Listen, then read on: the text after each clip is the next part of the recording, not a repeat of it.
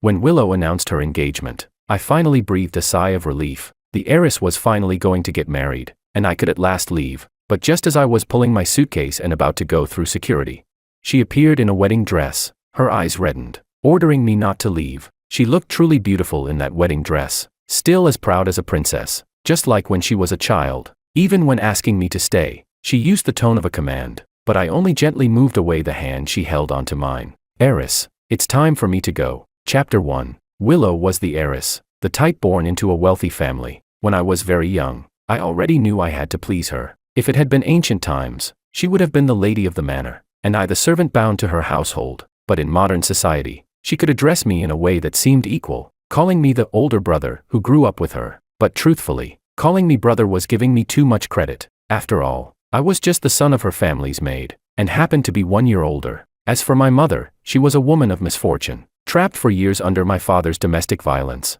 That night, while he was drunk, she finally escaped. I had run barefoot down the street, crying, chasing after her. In the end, she couldn't bear to leave me behind, and took me with her. Life in the big city was expensive, but at least easier than in the countryside. With no education and no connections, she could only work as a cleaner, taking hourly jobs. But she was lucky. Her employer took notice of her and hired her as a live-in maid for the Liu family, bringing me along. That was my first time stepping into a villa, my first time seeing a family so wealthy. It was also my first time seeing Willow. She came down the staircase in a princess dress, elegant like the princesses I'd seen on the mall's giant screens. I stared, unable to blink, until another equally privileged child beside her snickered at me. And then, for the first time, the princess touched me, slap, with her palm. She said, "Don't look at me with those lowly eyes." Her voice sharp and cruel. I held my cheek, not daring to cry, my eyes cast down. So this was it. Not all princesses were kind.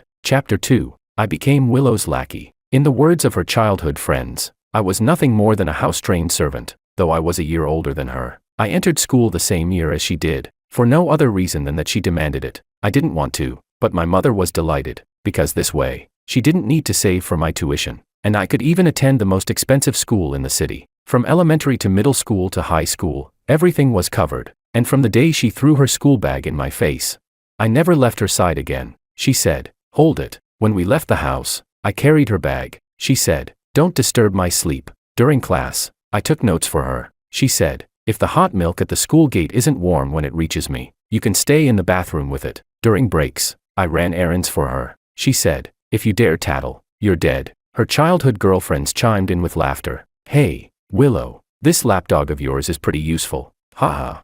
Hey, buy one for me too. Oh wait, you've got no money. Here, pick up what's on the ground, then it's all yours." The homework was done by me, starting with 2 copies, and later 5. Once I was also writing for her friends. I had no power to resist, no ground to refuse, because her family was the only lifeline for me and my mother. The malice of children comes without reason. Simply because I was from a different class, yet forcibly squeezed into their circle. Back then, I didn't understand. I thought it was just because we were all still young, so they followed this kind of clique culture. I told myself not to be extreme, not to generalize, not to make the mistake of thinking the world was only what was around me. Yet, when I grew older, I suddenly realized, blindly interpreting others with my own kindness was also a kind of extremity. The environment I lived in, the unspoken rules I followed, they were the world. Class is an unbridgeable chasm. I could never become part of the rich kids' circle, so when I appeared in those places that did not belong to me, it was only natural that I felt pain. But when I finally understood this, Willow did not,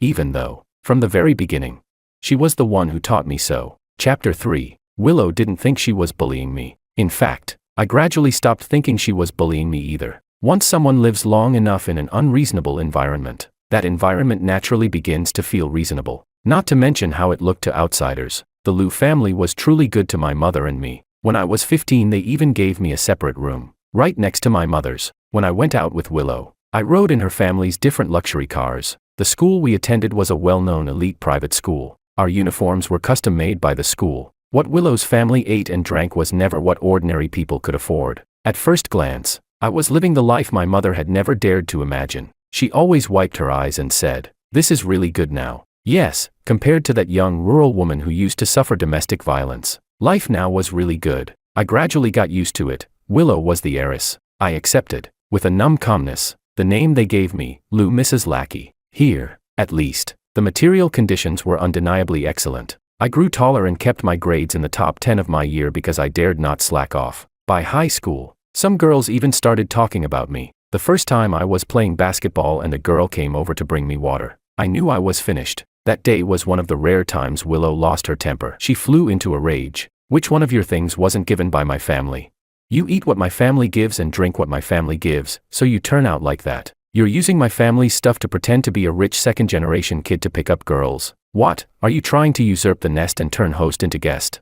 Lowly things are lowly. After all, no matter how much you're raised, an ingrate never gets tamed. You're a parasite, just like your mother. She shouted at me and I didn't even lift my head. I stood there holding her school bag and let her have her outburst. The heiress was undoubtedly elegant and beautiful. Even when her mouth spat cruel words and she sounded like a shrew, her bearing remained that proud, noble princess. But when she started insulting my mother, I looked up and stared at her without expression. Perhaps my behavior offended her. She stopped mid-curse as if suddenly uneasy. She pressed her lips together, a little guilty. But how could that be? Heiress Willow could never be guilty before anyone. She was always right, always above others, always able to keep me beneath her feet. Come to think of it, since the time in 4th grade when I pulled her out of the water, she hadn't stepped on me with her foot for a long time. This was the first, and only, time since then. She stepped on me, ordered her bodyguards to throw me into the basement, and had me locked up for 2 whole days. My mother didn't look for me. She was told I'd gone on a study tour, and she believed it.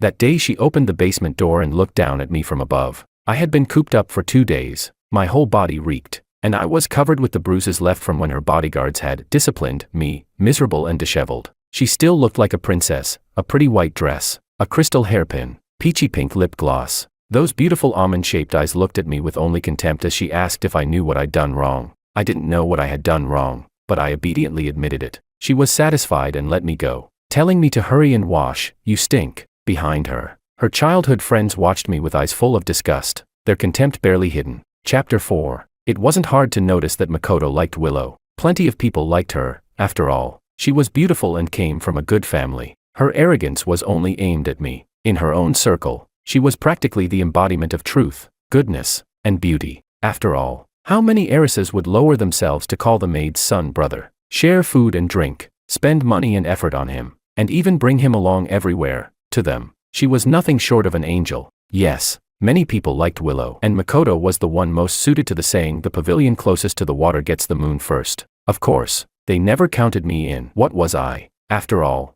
Say that Willow liked me. That was nothing but the heiress's possessiveness at work. She would get angry even if I passed an exam paper to the student behind me, let alone if someone tried to lower her place in my order of priorities, though I hated to admit it.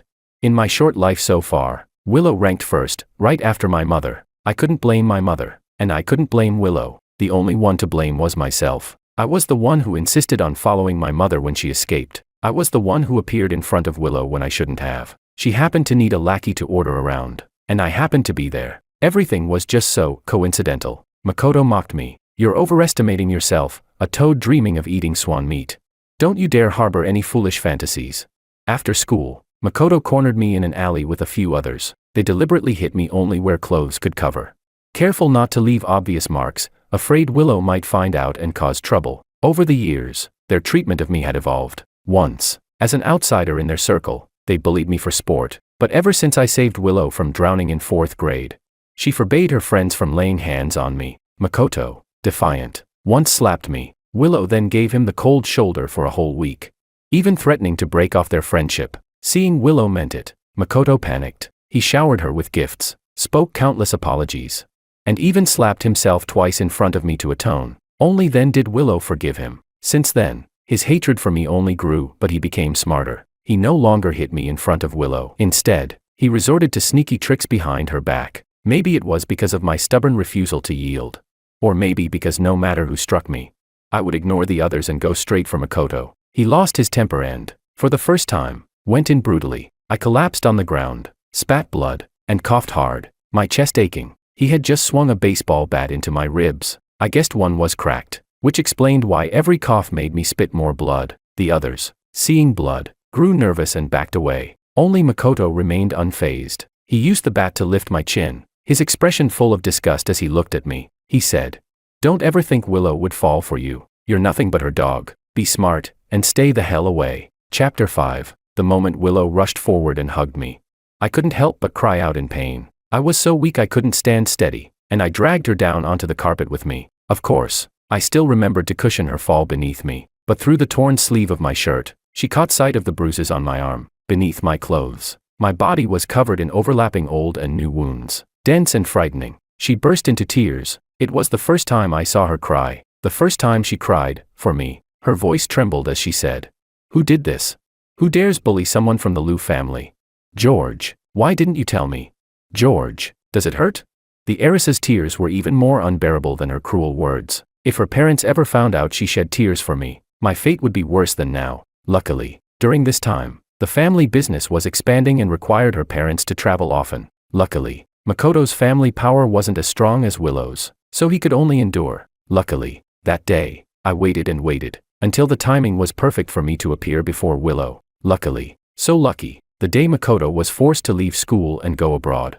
Willow didn't even glance back at him once, but I did. Across the crowd, I looked at him calmly, lips curving up at just the right moment. His eyes went bloodshot with rage, unwillingness, and disgust, all twisting his face into something revolting. I only lifted Willow's school bag off her shoulder in silence. From afar, it looked as if I had my arm draped around her. Fallen leaves drop soundlessly beneath a great tree, decaying into the soil as nourishment. In a twisted environment, sickly vines grow unchecked. Chapter 6. Makoto was gone, and it was as if I was the one walking side by side with Willow. But the heiress could never be with the maid's son. She herself could never accept something so filthy. She was just used to me being by her side. Beneath the blazing sun, Willow tossed aside the freshly squeezed juice her parents had prepared for her, dropping it into the trash with disdain. Girls at this age are rebellious, as if their bodies no longer fit their own shells. Like fledglings desperate to break through their shells, the endless instructions of their parents grow loathsome, while hidden controls seep into every aspect of life,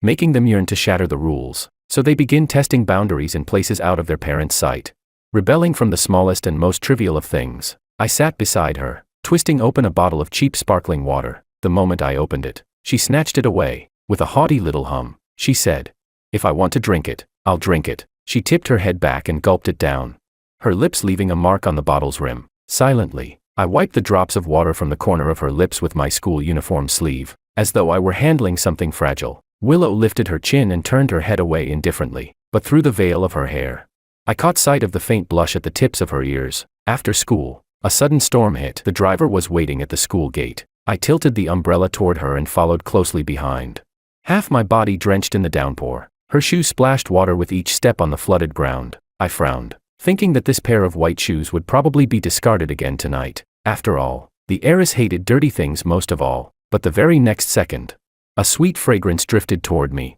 Willow turned toward me, tugged on my collar, pulling me so close the umbrella handle pressed against her chest and left a red mark. She said, "Stand closer. If you catch a cold, who's going to do my homework?"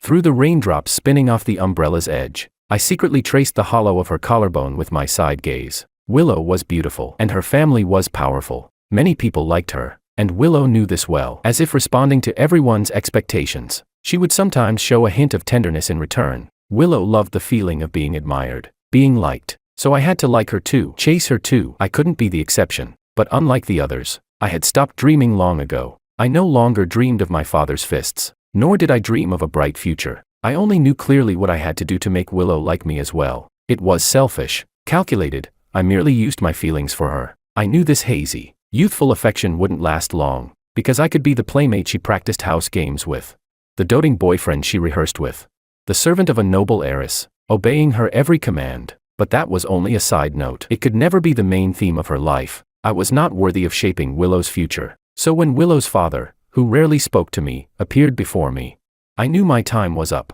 The acceptance letter I had dreamed of was placed in front of me. Mr. Liu said, "Thank you for taking care of her all these years." He continued, "Willow is a flower raised in a greenhouse, naive, willful, reckless." The next second, he handed me another letter. "You see, she's even received her admission to Cambridge." He chuckled softly then, as though recalling something amusing. Wearing expensive loungewear, seated properly in the family's tea room. Even in the casual act of brewing tea, his presence carried a cold, commanding aura. Yet wrapped beneath the shell of a loving father, it appeared courteous and refined. He went on.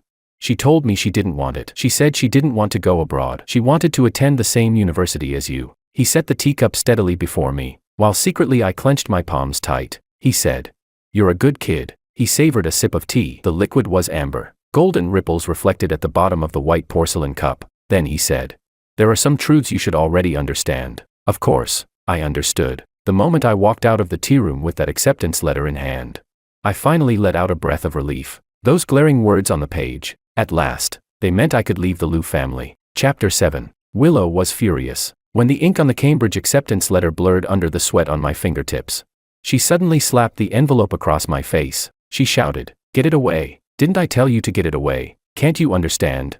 The parchment tore against my cheekbone, like the class divide between us that could never be crossed. I picked up the shredded pieces and said calmly, "The housekeeping lady said, the gilded paper should be recycled." She stepped on the back of my hand without mercy and said, "Garbage belongs in the trash." I remained silent. She was the one having a tantrum, yet she was also the one crying. I sighed and patted her head. "Study well," I told her. The next second she lunged like a projectile and buried herself in my arms. She hugged me tightly, choking on her words, "I hate you." Her breath fell against my chest, hot enough to scorch the beating thing inside me. She said, "Don't ever show up in front of me again." The air still carried the cloying scent of roses from her clothes. The door, however, had long since been pushed wide open. I picked up the gilded scraps the housekeeping lady had said to recycle. Even if it was trash, it had to be sorted properly. The day I packed up to go to university, my mother cried. She said she never imagined the day would really come. I wiped her tears with a tissue and told her things would get better. At university there was no Willow. There was none of her circle. I reclaimed my name, George. Work-study life was harder than before. I held 3 jobs, tutoring, a cafe, translation. Because of following Willow years ago, my English and French were decent enough. I didn't dare slack in my studies. Scholarship money each year helped a lot. Sometimes I was so tired I'd nearly doze off while showering. My roommates were good people. Each of them wanted to be everyone's dad, but they also did fatherly things, saving my seat, reporting for me, taking notes, and dragging me back into bed when I fell asleep standing up. At first it was unbearably hard. One night when I was out for a run and looked up at the stars, I thought of Willow for the first time in a long while. She always seemed to glitter like the sky, eternal, above me. Looking down, I could never reach her, yet she could shine on me. But I knew, this was not love. Chapter 8. The first year I returned to the Liu household, I saw Willow Liu again. After all, it was the Lunar New Year. She had taken leave to fly back from England. The whole Liu family was lively. This year their business had expanded yet again.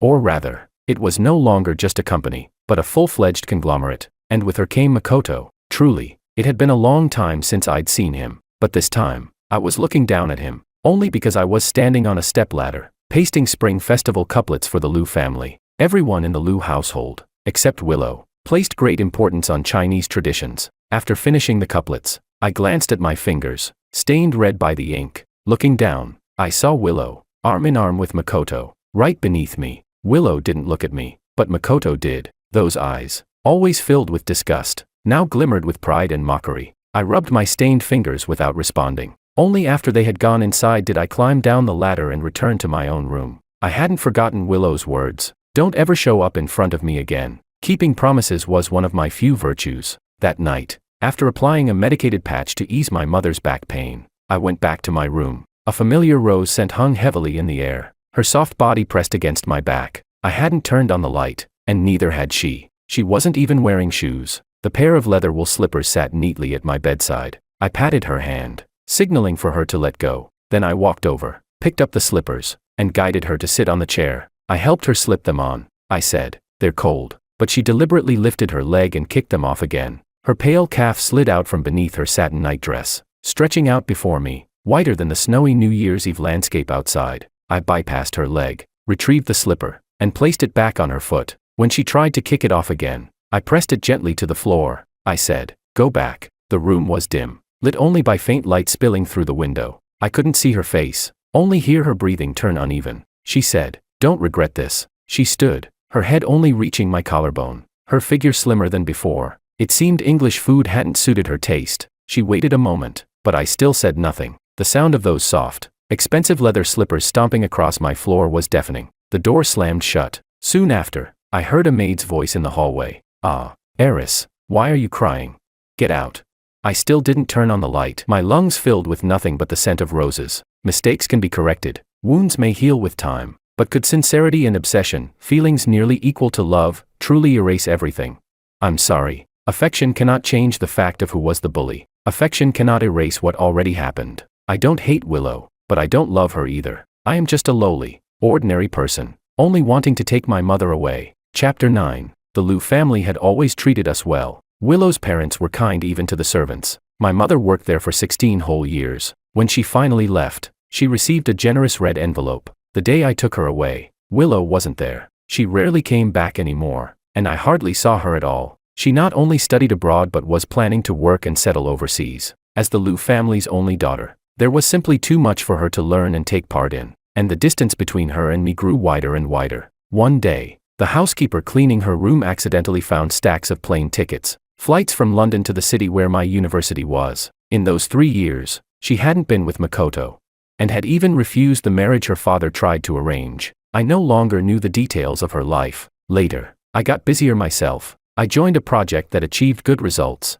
and my professor asked if I wanted to pursue graduate study directly. From that day on, I cut back on part-time jobs. Life became hectic. My mother followed me to this new city. At first, she often said she wasn't used to it, that she missed the Liu household, but eventually she made new friends, and her days became full of warmth and flavor. One late night, on a road littered with fallen plane tree leaves, I saw Willow again. She looked exhausted. Silver high heels glimmered coldly in the moonlight, just like the chill on her face, both cold and expensive. The smell of alcohol lingered on her, but her expression was blank. She leaned against a tree, watching the leaves fall. Her breath turned to white mist in the midnight air. The red headlights of a Ferrari cut through the fog, softening even the ivory trench coat she wore. She had turned from a bright, fiery red rose in the sun into a damp white rose in the mist. That night, my mother had gone on a sunset group tour with her friends, so Willow lay on my bed and slept through the night. The next morning, I cooked millet and yam porridge for her. She drank it silently and left without saying a word. Later, I learned from the news,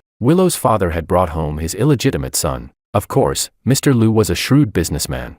He calculated even the value of his children. If his daughter refused marriage alliances, then elevating his son was only natural. The Liu family's inheritance battle hit the headlines many times. Every time my mother saw it, her heart ached. She was, of course, on Willow and her mother's side. After all, she had watched Willow grow up. So when Willow finally became the heir of the Liu conglomerate, my mother cooked a feast that very night, and even invited Uncle Marco to celebrate together. I raised a glass to my blushing mother and Uncle Marco, then ate 2 full bowls of braised pork. It was a celebration for Willow, but when I returned to my room, I destroyed all the documents Willow had once asked me to prepare. On my screen, her messages remained, lines and lines of our past exchanges. Only the last one stood out. Sent just 30 minutes before I won. Don't you have anything to say to me? Her avatar showed her radiant, confident smile at a Swiss ski resort. Beautiful, proud, dazzling. I thought for a moment, then typed my reply. Congratulations, Heiress. Chapter 10. Graduate school was even busier than undergrad. My advisor treated me well, giving me far more opportunities than I had expected. I went from visiting home once a week to once a month. The last time I went home, my mother and Uncle Marco had registered their marriage. They were officially family. That night my mother cried heavily. She said she never imagined she could live this kind of life. She had said the very same words the day I got into college. I only patted her shoulder and told her, the future will be even better. But she didn't need my comfort anymore. Uncle Marco was by her side, flustered but earnest, making her laugh through tears. Life kept improving. For her, for Willow too. She was outstanding, always making headlines in the finance section. Beautiful, capable, the perfect public image of an heiress. She was busy. I was busy. Yet, sometimes, she appeared in the middle of the night. The plane tree turned yellow, bare, sprouted, greened. She had watched it cycle through all 4 seasons. The last time I saw it, its leaves had turned yellow again. She wasn't wearing sharp stilettos anymore, but soft leather shoes. I told her not to step in the mud. Her shoes would get dirty. She ignored me, grinding her heel into the soil a few more times. Yes, she had never listened. She asked, graduated? Her voice was colder than before. I nodded calmly. I pulled out a wet tissue, planning to clean the dirt off her shoes. She asked, then are you coming with me? The damp paper chilled my fingers as I crouched to wipe her shoes. I'm going to England, I said, for my PhD. Her relaxed leg stiffened suddenly, making the shoe bulge awkwardly. She pressed her lips together. Already arranged. I nodded again. Got the offer. She gave what seemed like a bitter laugh. Her radiant, bold face staring straight at me. After a pause, she said, "I'm getting engaged next week." My hand froze. I clenched the dirty tissue tightly, then looked up. "Congratulations." Her amber eyes locked onto me, and again she asked the same question. Drawing in a breath, she pressed, "Don't you have anything else to say to me?"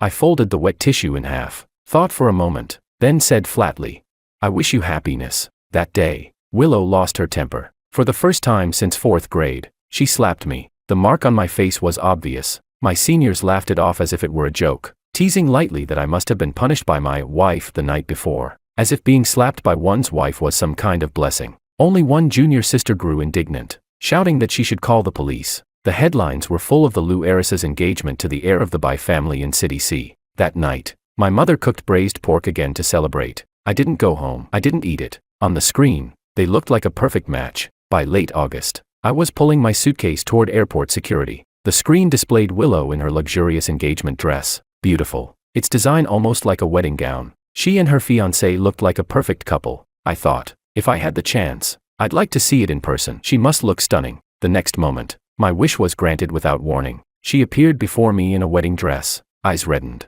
"George, I order you, don't go." She was so beautiful in that gown, still as proud as the princess she had been in childhood. Even now, wanting me to stay, she used the voice of command, but I only pried her hand gently off mine. I wiped the tears from her carefully done makeup and handed her steadily to the bodyguards who had caught up. She bit her lip. "Don't you have anything to say to me?"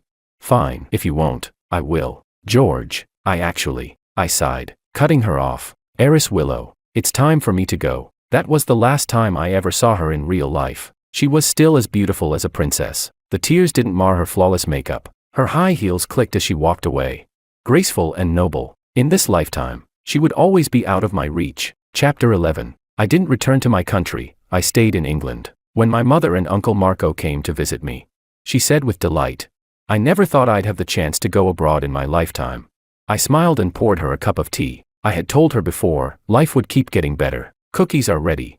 Anna brought out a tray of freshly baked biscuits. The rich aroma and crisp taste left my mother and Uncle Marco full of praise. Anna was the junior who once shouted about calling the police. She never did, but she reported things to the school. She came to England to study abroad, and stayed. She even stayed by my side. We got married at the start of the year and settled in England. I never saw the heiress again, but the smart home brand often used in our house was founded by the Lou family. Sometimes I would catch glimpses of her in the news. She was formidable, making international headlines. Still bold, confident, and beautiful, yet even more captivating than before. 2 years after her engagement, she broke it off. Her new brand launched in City C. The Bai family expanded their market in the mainland. Even now, suitors surrounded her, but an heiress would always be the one choosing others, never the other way around. On my wedding day, an anonymous gift appeared at our table. When I opened it, I found a scarf. Its pattern was plain leaves, and it carried the lingering scent of roses. I never wore it. Anna put it away in our wardrobe. She knew of the heiress, through my stories and the things she had seen herself.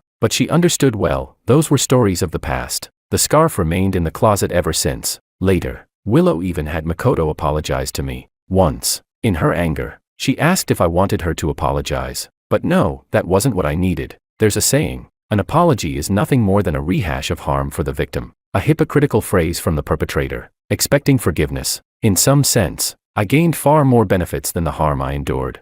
So I refused to cast myself as a victim. But that doesn't mean they weren't perpetrators. She once said, "I won't let them bully you again." But she forgot. She never had the right to let others bully me in the first place. I don't hate the heiress. I don't hate the Lou family. I don't hate Makoto. But I simply cannot love her. In the end, I love myself more, and the better life ahead.